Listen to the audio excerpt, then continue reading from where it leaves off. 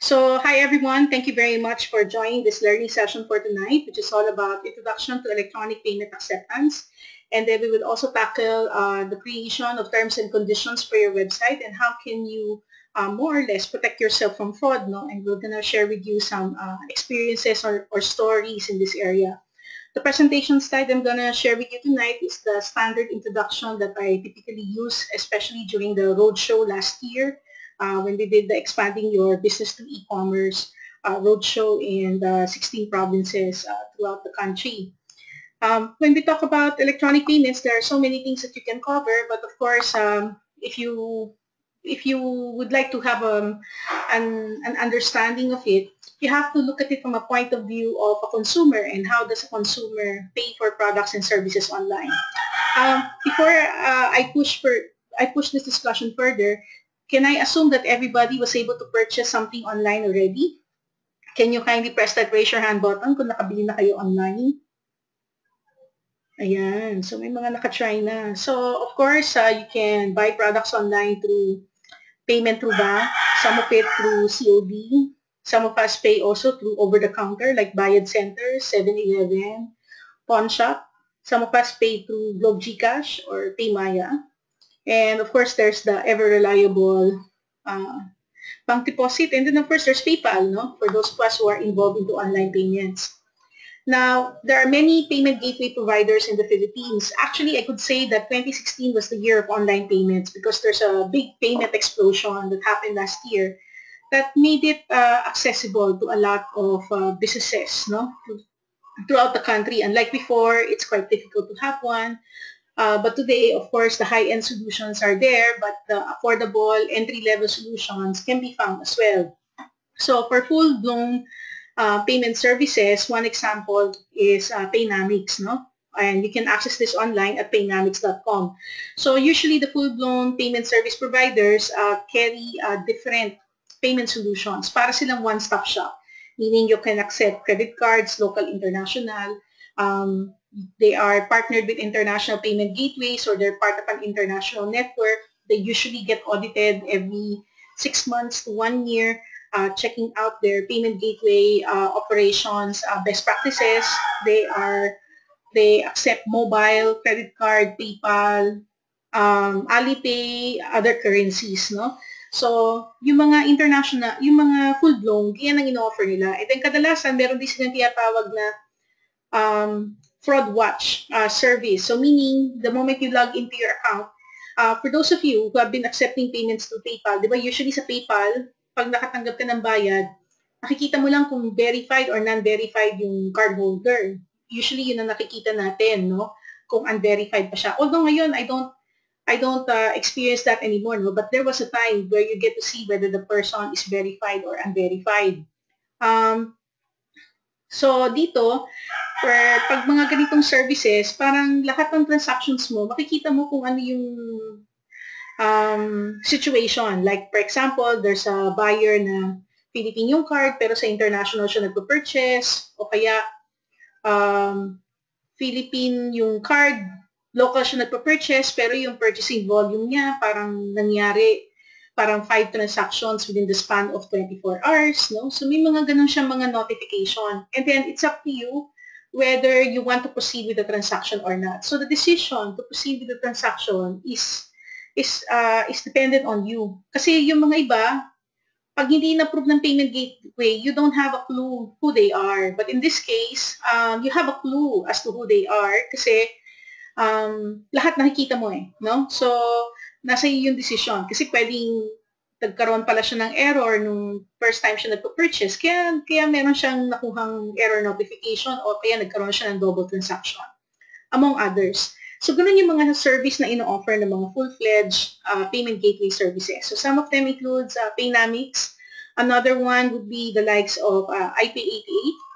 You also have Peso Pay, OrmPay, WePay, no? Yan, patatawag natin silang ganyan. So, typically, sa mga credit card transactions na nangyayari sa kanila, like with the illustration of Paynamics, so ang gagawin ko muna siguro, i-illustrate ko na siya ng buo para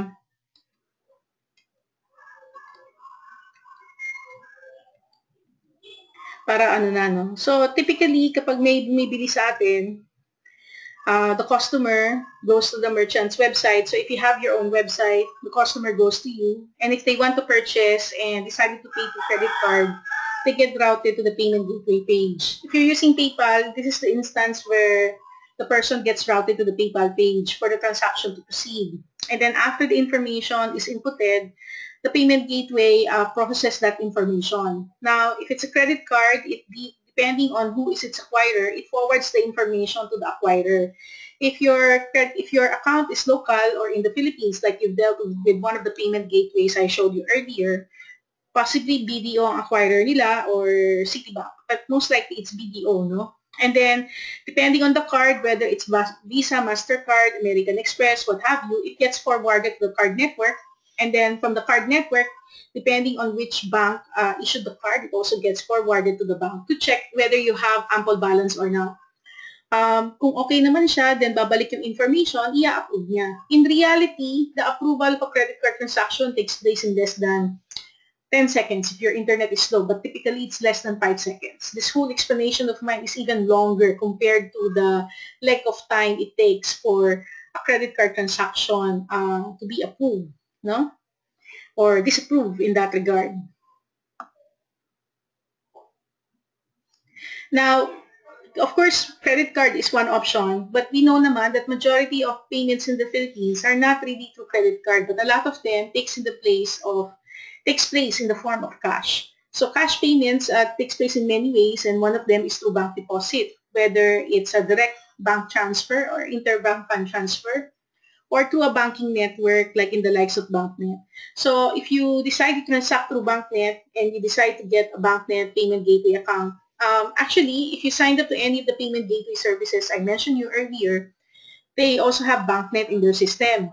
Now, the difference between signing with the multi-payment payment gateway service provider is that they carry so many platforms already that includes BancNet. So instead of you applying separately to each one of these that I will discuss to you later on, sila lang kakausapin mo, sila nang bahalang mag-process ng application mo to everyone else. But anyway, so if you sign up for BancNet Payment Gateway, usually, I think the one that I recalled, ang kanilang sign-up fee would be around 28,000 and then 10 pesos per transaction. So regardless, no, whether it's a 200 peso product or a 100,000 peso product, basta isang transaction niya is typically 10 pesos. So usually when the person goes to the website and decides that they want to order, they'll be routed to the BancNet payment gateway page, and then the order gets processed there. And then usually the person buying has to input their details that includes their ATM PIN. Instead of typing the ATM PIN through your keypad, usually you use your mouse to mouse over the corresponding numbers. That is to make sure that even if your computer has a, ano yun, yung keypad recorder, yung i-record lahat yung keystrokes mo, kung meron man naka-install na ganun sa computer mo, hindi mako-compromise yung ATM PIN password mo. Okay? Now, another popular payment gateway platform that is used for cash is DragonPay. I have used DragonPay a few times already. Now, ang style naman ni DragonPay, kapag nagbayad ka sa kanya, let's say you bought an AirAsia ticket and then you'd rather pay through DragonPay, depende on what your payment option is. Like if you said na babayaran mo siya to 7-Eleven, you have to process that, I think, within an hour yata, if I recall correctly.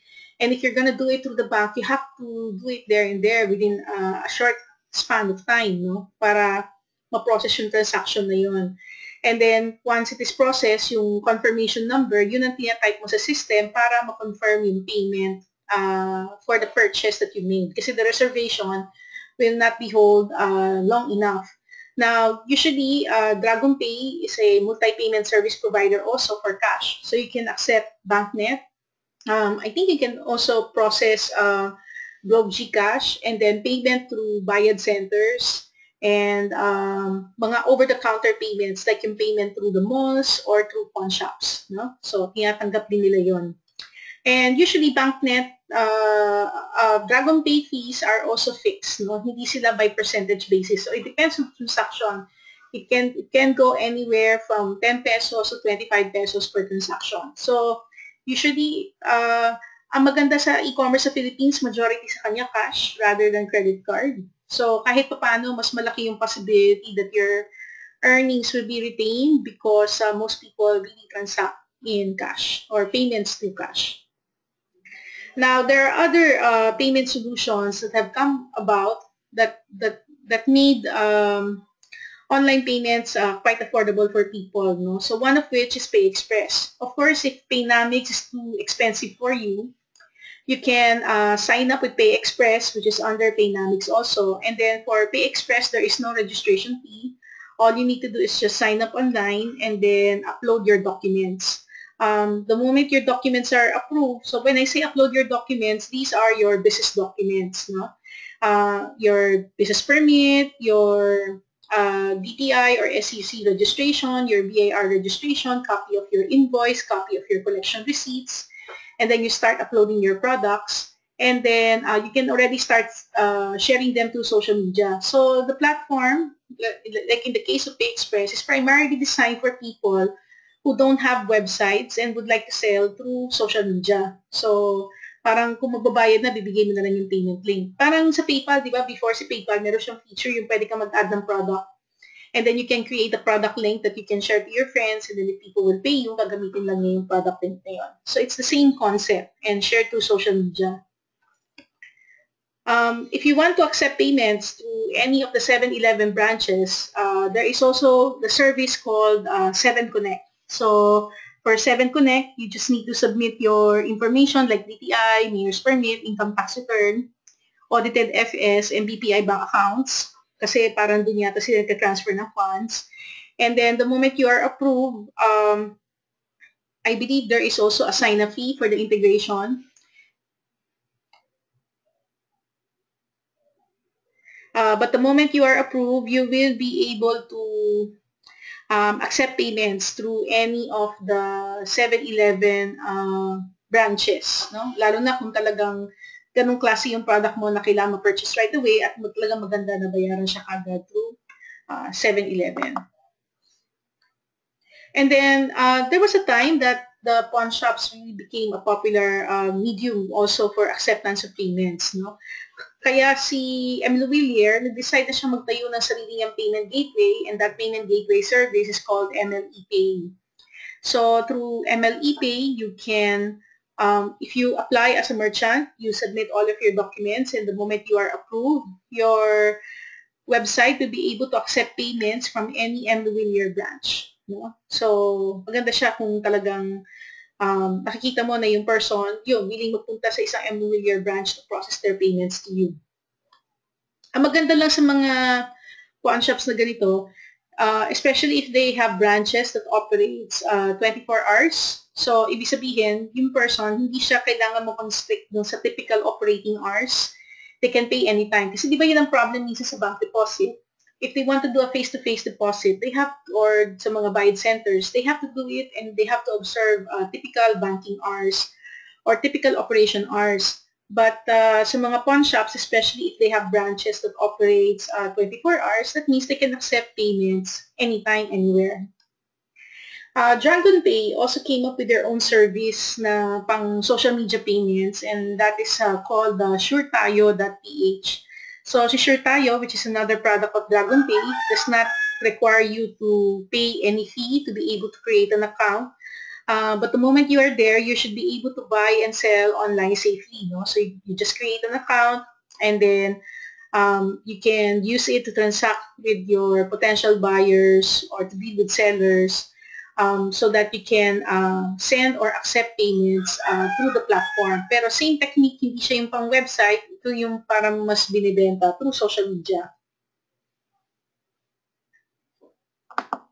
But I think if there's any payment solution na talagang really made a big splash last year, that would be CheckMeOut.ph. And what made CheckMeOut quite special was that through CheckMeOut, you just go to the website, checkmeout.ph, and then you just add the product that you want to sell. And then after adding the product, bibigyan ka niya ng link, and then that link you can already share it to your friends. Or you can also use their plugin so that you can add it to your website, so that your website will be able to process payments through Check Me Out. So Check Me Out is owned by LBC Express. So it is used for selling of products. So pag may umorder sa'yo, LBC charges a delivery fee. So the customer pays the delivery fee and then receives the payment. The moment LBC holds the payment, they will inform you and then picks up the item from you and ship it to the customer.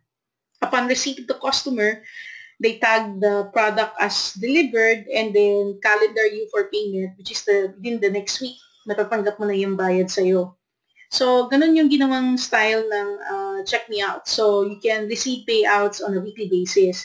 I think what makes Check Me Out interesting is that you are not required to be a registered business to use Check Me Out. So, even if you're just selling secondhand items or any product of interest, no, pwede mo siyang gamitin na platform para makapagbenta ng produkto, no?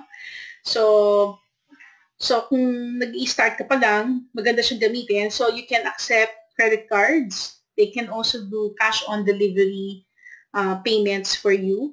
So meaning if you have a customer who would like to pay through cash on delivery, pwede niyang gawin yun for you. And unlike before, no? Before, cash on delivery is only a service that can be availed of by big merchants. There were several logistic firms that try to offer cash on delivery, pero most of them parang hindi na ganun ka-active, no? Ito, you can accept cash on delivery nationwide, no?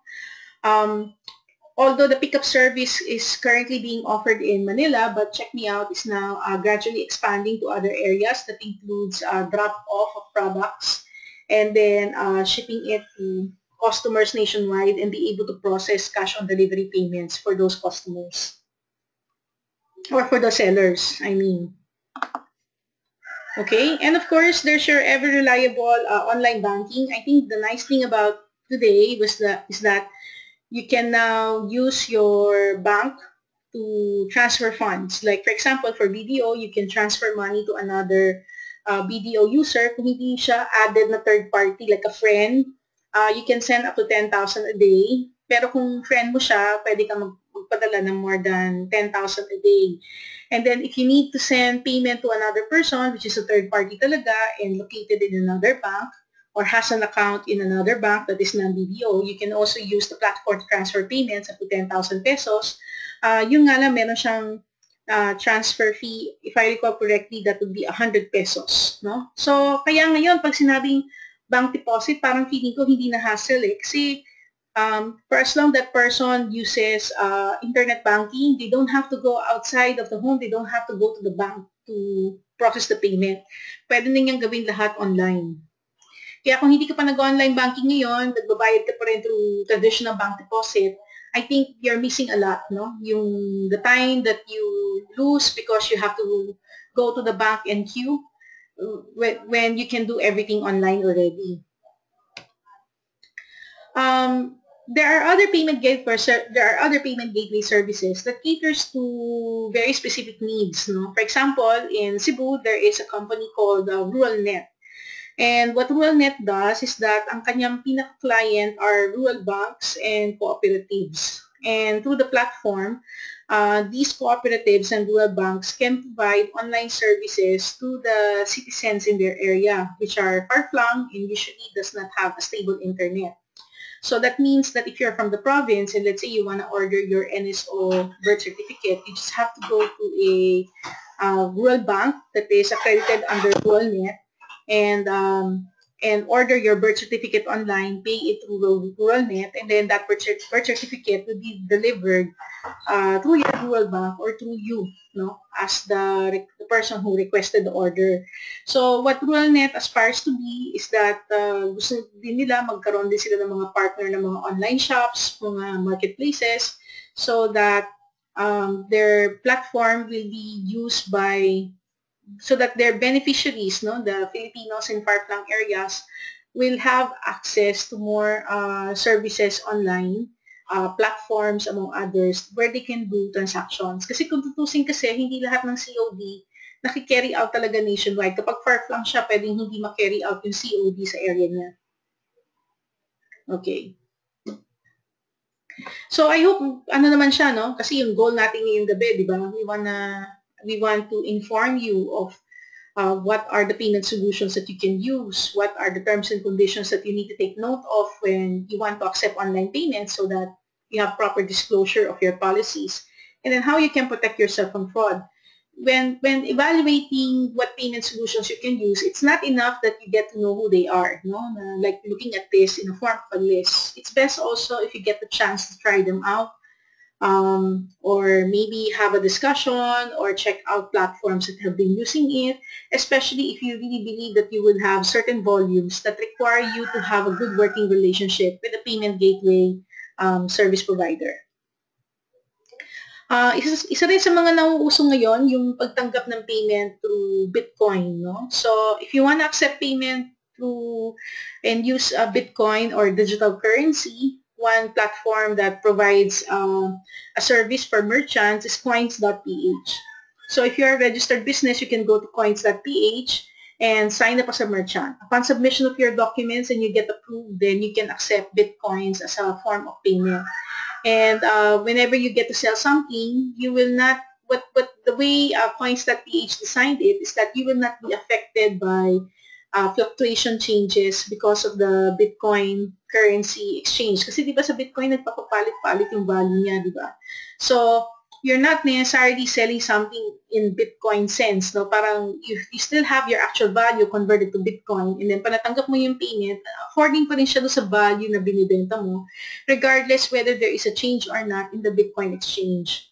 But if you are a Bitcoin money account holder and you have Bitcoins, you can also freeze your Bitcoin so that it will not be subjected to fluctuation in the exchange. Although the positive benefit there is that kung mag-crash yung Bitcoin, hindi babaksak yung value ng Bitcoin mo.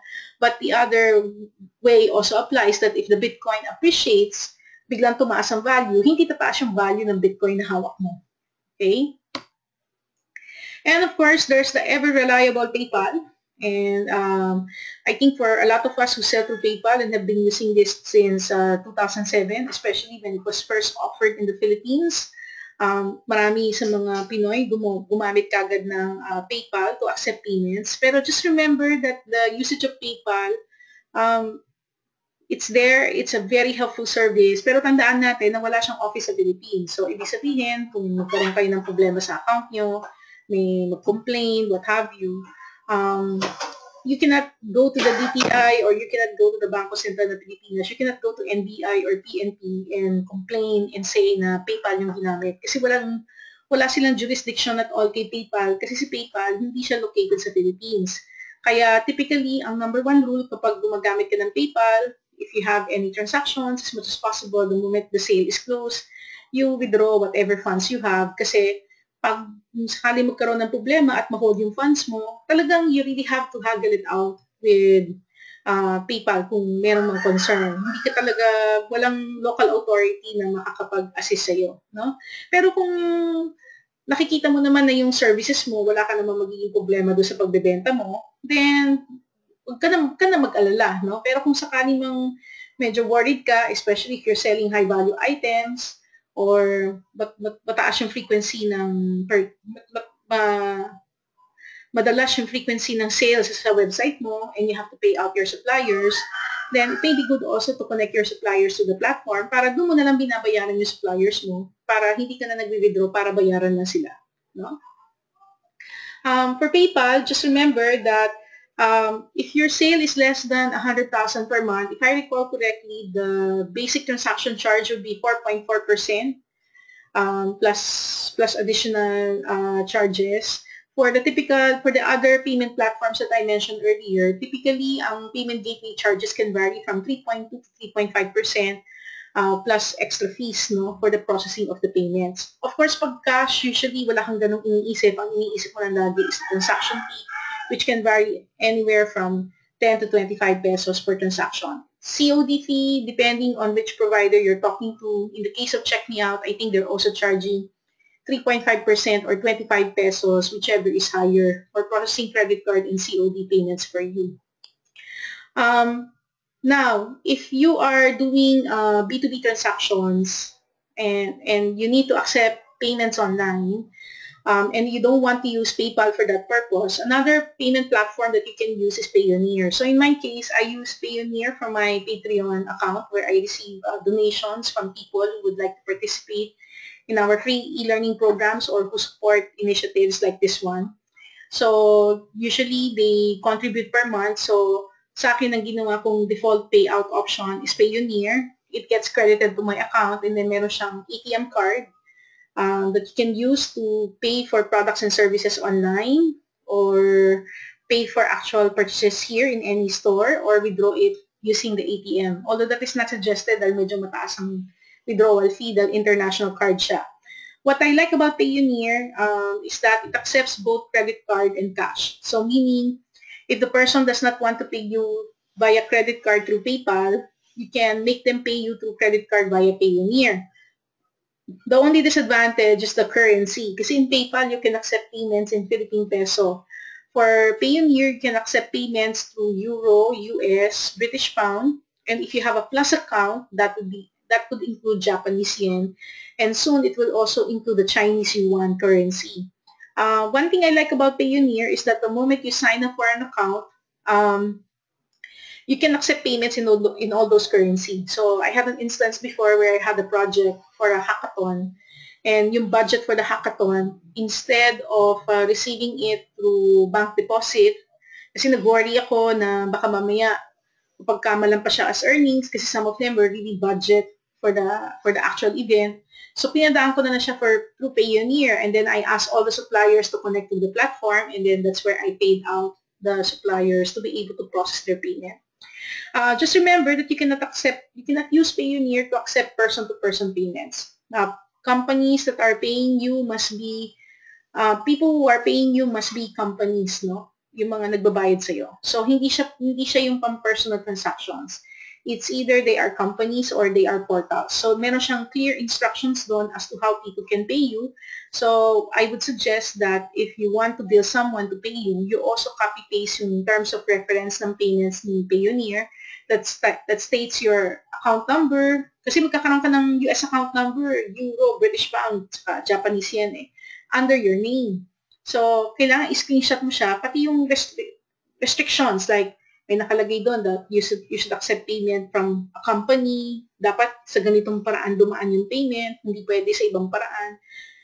And clarify if the client can do that for you. And if they say that they can do it, no problem, then you can accept payment through the platform.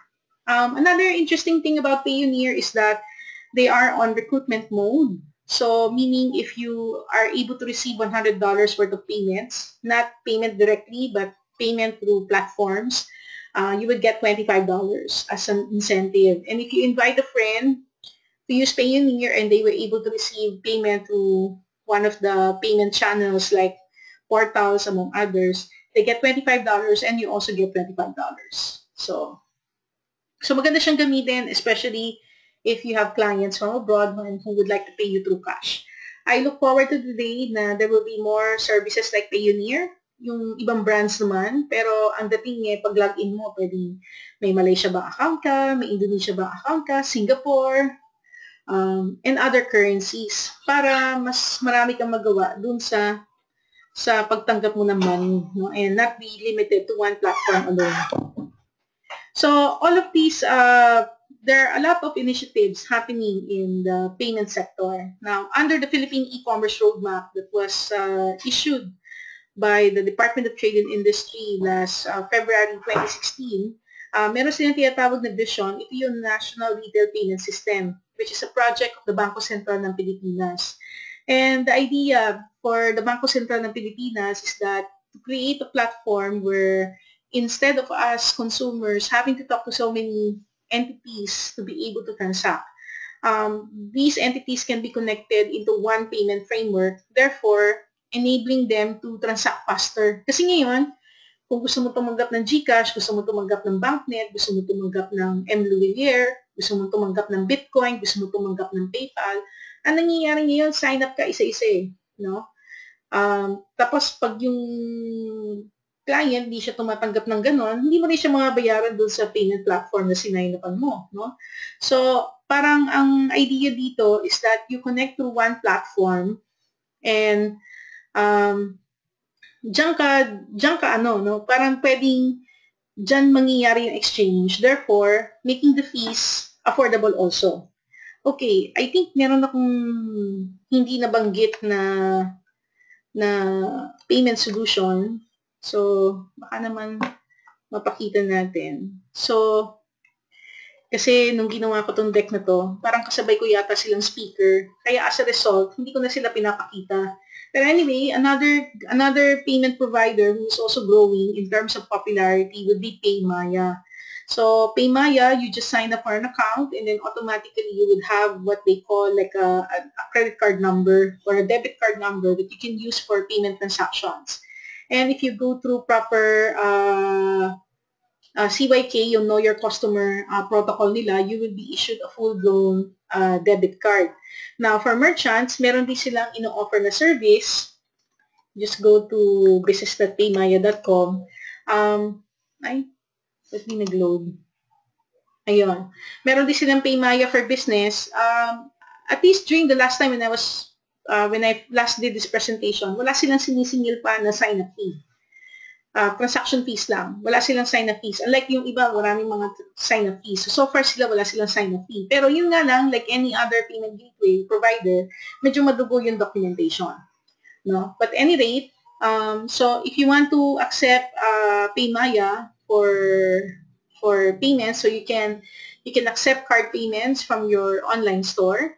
And if you have a physical branch, or ikaw yung tipo na you have to deliver to the customer and then the customer wants to pay you via card on site, yung tawag natin swipe on site, then pwede ka rin gumamit ng ganito, no? You sign up for an account and then one of the account that you will avail of is the PayMaya swipe service where a dongle is given to you and I think also a prepaid plan para yung phone mo talagang exclusive lang for that purpose rather than using your current phone that is being used for so many things, no? And then you can use your phone na to accept payments, Visa or MasterCard, whether it's a debit card or a credit card. And then meron din silang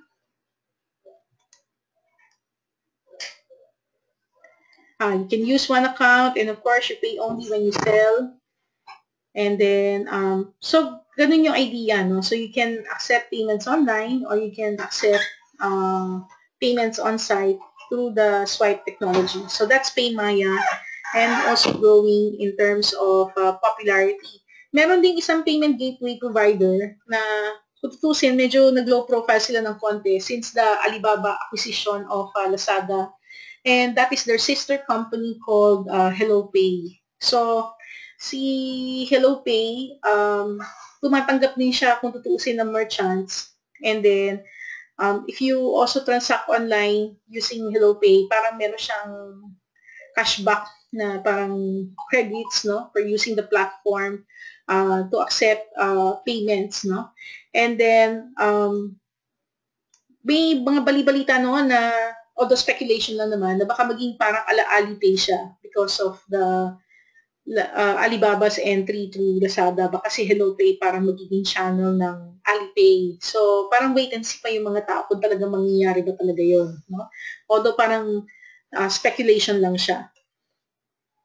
Okay? So, do we have any questions at this point insofar as the payment providers we've discussed so far? Meron ba tayong questions? Okay, again, of course, after you've decided what payment platform you're going to use, normally once you start setting up your payment platform, one of the requirements that is asked of you is to have a terms and conditions on your website. So the terms and conditions primarily contains information like you tell who you are, so your company information, your personal details, what business you're in. You will also need to have a privacy policy. Usually the privacy policy is created separately. However, you can include a short summary of it in your terms and conditions with a link to your full-blown data privacy policy. The privacy policy would include how cookies, what cookie technology you're using on your website, and do they collect, store information, that is used on your website. So for example, if you're using Google Analytics, if a person visits your website, usually Google Analytics para may nilalagay siyang cookie doon para matandaan yung user. Kaya nga sa Google Analytics nakikita natin if a person is a repeat visitor kasi yung cookie na nilagay ni Google Analytics on your first visit, nandun siya for the next 30 days. Kaya na alam niya na repeat visitor ka. So if you made a purchase on the 3rd, on the 4th, mare-record niyo yun na nagkaroon ka ng purchase. Kung galing yun sa isang ad, ma-attribute dun sa ad yun. Especially kung talagang maayos yung pagkakasetup ng Google Analytics, no? To whom the contract will be executed, how the information collected will be used, so you can say for processing of the order. If you are going to include them in your newsletter, you can also say it here. How do you monitor their online activity, especially if you're doing dynamic remarketing on Facebook or remarketing through Google Ads where your analytics and your AdWords account are connected. No? Although you can also do remarketing on Facebook as well. Do you share their information to others? Like if you have a sister company or you have a second or third website, are you also going to send them marketing pitches for those people to also visit your other websites? What other product information that they need to note of? Like for example, if you're saying that all of your products will come from overseas, therefore delivery will take 60 to 90 days, it is possible that your order will not be processed if there's something wrong that will happen during the transit of the product from China. So pwede mo lagay dyan sa product information kung ano man yung mga disclaimers na meron ka. Especially if you're not the manufacturer of the product but only a reseller. Now, meron din tayong tinatawag na right to cancel. Normally, kapag umorder na yung person, kadalasan, the moment umorder yung person, kasado na yung order. Now, what if the person decides to cancel? So, ito yung maglalagay tayo dapat ng provision sa site natin na kung may right ba siya to cancel or not. So, for example, if you're saying that you can cancel your order within the first 2 hours, but after 2 hours, we assume that the order is already processed, and if you cancel afterwards, there's a cancellation fee that will apply. Pwede kang maglagay ng ganon, no? Others, what they do, instead of right to cancel, they use the term money back guarantee, or parang no questions asked, parang money back or refund guarantee. And then, you also need to indicate where can you receive notices. According to the data privacy law, it is now required for you to have a data privacy officer. So you must appoint that, and how can they send privacy complaints. And then, ganun din sa notices, if people want to get in touch with you, want to contact you, what is the official way of contacting you? So, yun yung nilalagay natin sa notices section ng ating website. Okay? So, meron ba tayong tanong dito sa terms and conditions? Questions? Okay, let's continue our discussion. The last part of our discussion is the anti-fraud checklist. And I'm just going to discuss this as simple as possible and referring this to experience of friends in the industry. So here it goes. So the first concern for anti-fraud is if paid through PayPal, or credit card, ano yung mga dapat na tandaan mo? First, you must have copy of delivery and acknowledgement receipt. Kasi minsan, kapag ikaw yung may-ari ng business, tapos ikaw rin yung nagde-deliver, most of the time, very informal yung delivery receipt. Ano ibig sabihin nun? Isang bibili ka lang ng delivery receipt sa National Bookstore, yung mga nabibiling delivery receipt sa National Bookstore, yun ang bibilin mo. Tapos, pipila pa mo lang siya tapos papareceive mo doon sa person. And more often than not, the text inside the delivery receipt is very informal. Parang walang ganun ka-detailed na description. And then, yun lang yun i-receive. So, pag hindi mo ito na-handle ng tama, pwede magkaroon ka ng dispute later on, and then you suddenly realize na yung delivery receipt mo will not appear as a credible document. No? So, ingat tayo dyan. Second, as much as possible, if you can take a photo of the person who received it, the better. Kapag yung purchases niyo siguro is above 5,000 or above 4,000, baka kailangan humingi ka ng ID as soon as you deliver it. Now, I have a situation 2 weeks ago where one of my students who put up an online grocery store sa Pampanga, nakatanggap siya ng PayPal notification. Parang dispute notification sa isang credit card. Kasi parang nangyari, itong buyer, umorder ng dalawang grocery, isa worth 8,000, saka yung isa worth 5,000. And then, dinidispute ngayon yung transactions. So, sila pala yung nagde-deliver ng groceries nila. Tapos, pinapareceive lang nila through logbook. So, worried siya kung yung logbook niya is enough to hold in court, no? To be submitted as evidence. So, parang ang naging advice sa kanya, since parang medyo bitin yung documentation niya, parang yung customer, parang sinasabi, hindi raw makikipag-usap hanggat hindi raw napoprocess yung refund. Ganun lang daw yung sinabi nung customer. Kahit na parang in-acknowledge naman nila natanggap yung product, pero they won't talk daw until the refund was received. No? So, parang ang naging suggestion sa kanya was seek the help of the barangay, tapos magpasama sa barangay para mapuntahan yung person with the delivery guy at saka yung sa store, i-ano talaga kung na-receive ba yung product or hindi. Tapos, parang i-record yung transaction na yun. Tapos yung discussion na yun, yun yung isasubmit sa PayPal as supporting document for the dispute. No? So, ano yung mga na-realize niya? Na-realize niya na mahirap pala yung hindi ka nanghihingi ng ID. Mahirap din pala kapag yung logbook mo, yun lang yung ginagamit mo pang acknowledgement receipt ng order. So, kailangan the more documents you have to prove that the order was received, like makuna mo ng picture yung customer na nagtumanggap ng product, among others, makakatulong siya para maprotect ka from dispute, especially if the payment platform used was a credit card or debit card. Okay? As long as hindi cash yung transaction, as much as possible, you need proof that the person has received the order. Okay? Now, if paid online and picked through branch, so this is another situation. So, ang suggestion natin dito, request for copy of ID to be used for pickup. Take a photo of person who received. Take photo of ID used when product got claimed. So, ito naman yung nangyaring situation dito. So, meron akong student na gumawa ng online store, Tagbilaran City sa May Bohol. So, one of the payment options that they provided was they can accept payments online, pero i-claim mo yung product through the branch. So, meron daw bumili, kinlaim daw yung product through the branch, and then nagulat sila, parang 1 week or 2 weeks later, nagkaroon ng PayPal dispute saying na hindi raw sila yung gumawa ng order na yun. And parang napraning sila kasi pinikap na nga yung item sa branch. So, paano sasabihin na hindi sila yung gumawa ng order? So, to the point na hinold nila yung PayPal account nila as a result of that, no? Until masettle yung dispute. Kasi parang yung in-order pa yata Samsung Note 4 yata yun or Galaxy 5 yata yung in-order at that time. So, it's a high-price gadget, no? And, pero I think naman, based on the evidence that they had, nanalo naman sila dun sa dispute nila, no? Hindi yung person na nag-claim na hindi nila na-receive. Kasi, pero anyway, for the process, parang ang naging suggestion, kailangan, bago pa ma-pick up yung document, kailangan may kopya na kagad ng ID na gagamitin for picking up of the document.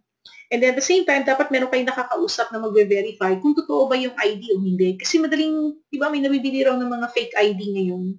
So, if there's a way for you to verify whether the ID that you got was authentic or fake, that would be helpful also. Ngayon, kung hindi naman, then siguro kung talagang duda ka, pwede ka mag-ask dun sa payment gateway provider mo to help you verify it, no? Kung valid ba yung ID o hindi. Pwede ka mag-seek ng online assistance. Kasi trabaho naman ng payment gateway provider na mag-provide ng assistance sa'yo, di ba? And then, ano pa ba? And as much as possible, pag pick up din ng produkto, kailangan din magpictura na rin, no? Para kahit paano meron kang evidence na kinlaim yung product. So, meron din sila mga nangyaring instances na nung nag-verify sila, parang bigla na lang din nawala yung person na dapat mag-pick up ng item. So, may mga ganun din situations, no? Kaya kailangan on a certain threshold or the moment na yung item na binibili ay may kamahalan, tapos lalo na kung 2 o 3 pa kagad yung gadgets na binibili, huwag tayo magpadala doon sa taas ng sales. Magpadala tayo mag-check tayo whether the transaction is legitimate or not. Now, the third thing that I would like to emphasize is you send money to protect yourself.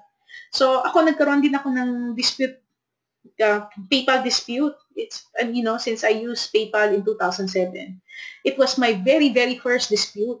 No? Parang natanggap ko siya before Christmas Day. Parang apparently, I had a student who attended a one-module course worth 3,000 pesos na nung nagbigay ako ng payment option, sabi ko, pwede niyang bayaran through bank deposit or PayPal. So, this person used the send money feature at pinadala sa akin yung payment through PayPal. And then, before Christmas, I got a dispute notice saying that the transaction is fraudulent, that the credit card company already refunded the buyer, and I was being asked to prove the transaction if I have delivery receipts, among others. Talo kagad ako doon kasi I don't have a delivery receipt kasi training siya online, no? So, ang ginawa ko, I corresponded with the person through email, dun sa original email thread namin na nung una ako nagpadala ng billing sa kanya para mag-explain siya. So, sinabi nga niya na nung bumili raw siya kasi sa akin, ginamit niya raw yung card ng mother niya, pero binayaran niya raw yung card ng mother niya. Yung mother niya raw kasi para naging victim ng online fraud, so marami raw parang challenge na transactions. Pero dapat yung sa akin daw, hindi raw challenge. And then, so buti na lang din, friends din kami sa Facebook. So binessage ko rin kagad siya sa Facebook before Christmas. So, follow up kami. So, naging screenshot ko yung conversation namin sa Facebook, saka yung conversation namin through email. No? Kaya doon ko rin nakita yung benefit na yung magkaroon ka talaga ng social media account na yung mga nakikipag-transact sa'yo, ginagawa mong friends, no? You add them as a friend, you add them as a connection. Kasi you'll never know eh. Baka mamaya magkaroon ng problem, bigla siya magalit dahil palpak yung naging service sa kanya. At least kung friends kayo sa social media, makikipag-communicate na kagad siya sa'yo directly. Kagaya nun, nag-message ako sa kanya, hindi niya alam na kaya ako nag-message, meron akong dispute na natanggap. So, I had to send a copy of the dispute. I have to send it through email. I have to ask her to reply through email so I can attach that as an evidence. Kapag sinabi ko na rin sa kanya na, alam mo, mukhang delikado ako dun sa dispute natin kasi inamin mo na hindi mo card yon, ginamit mo yung card ng nanay mo. Sabi kong ganun sa kanya. So parang talo kagad ako doon. So sabi ko, sana tawagan niyo yung card and i-explain niyo yung situation. Gumanon ako sa kanya. Kasi di ba, pag may bumili naman sa'yo through PayPal at nakatanggap ka na ng sale, hindi naman pinapakita sa'yo ni PayPal yung credit card number eh. So how would you know kung kanino yung card na ginamit? Clueless ka as a merchant. So, anyway, after submitting the documents, wala na akong natanggap na notice kay PayPal. Tapos napansin ko na wala na yung dispute notice. So, mukhang nanalo naman ako dun sa aking dispute. Buti na lang, no? So, anyway, I hope these three very simple anti-fraud checklist will be helpful to you. Kasi kadalasan naman itong mga anti-fraud na to, kadalasan mas ino-observe natin siya kapag credit card yung ginamit. Kaya, ganun din, no? If there's a way for you to check kung binayaran ka through PayPal, sa PayPal kasi makikita mo na pag binayaran ka through credit card, malaki yung kaltas, no? Pag cash, walang kaltas yan. So, pag nakita mo may kaltas, binayaran ka through credit card, then mag-instill ka na ng measures, like humingi ka ng copy ng ID, kung ano-ano man, para kung magkaroon man ng pagtatalo o magkaroon man ng dispute in the future, may proof ka talaga na binili yung produkto sa iyo na maayos. Okay? Bago mo i-process yung order. Tapos kung dubious, i-refund mo na kagad kasi duda ka dun sa order rather than maipit ka in the future. Kasi tandaan nyo, pag the moment masara yung PayPal account mo, that's it. Goodbye, PayPal. Okay, so meron ba tayong tanong dito sa anti-fraud checklist saka doon sa terms and conditions?